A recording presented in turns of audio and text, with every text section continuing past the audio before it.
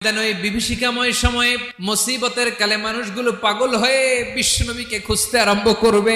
সবাই মিলে বিশ্বনবীর কাছে যেয়ে বলবে, ইয়া রাহমাতাল লিল আলামিন, দেখেন আমাদের কি অবস্থা, কি কঠিন বিপদে আমরা আছি, দাঁড়াতে পারি না, সূর্যের আলোতে ঘেমে হয়রান।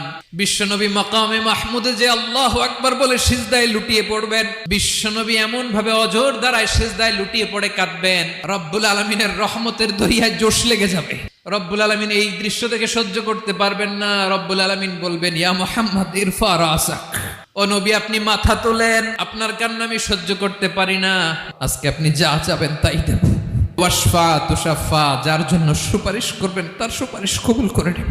নবী মাথা তুলবেন, তুলে বলবেন, রব্বি হাবলি উম্মতি, আল্লাহ তুমি আমার গুনাহগার উম্মতকে বাঁচাও। এই দুনিয়ার বুকে রব্বুল আলামিন সব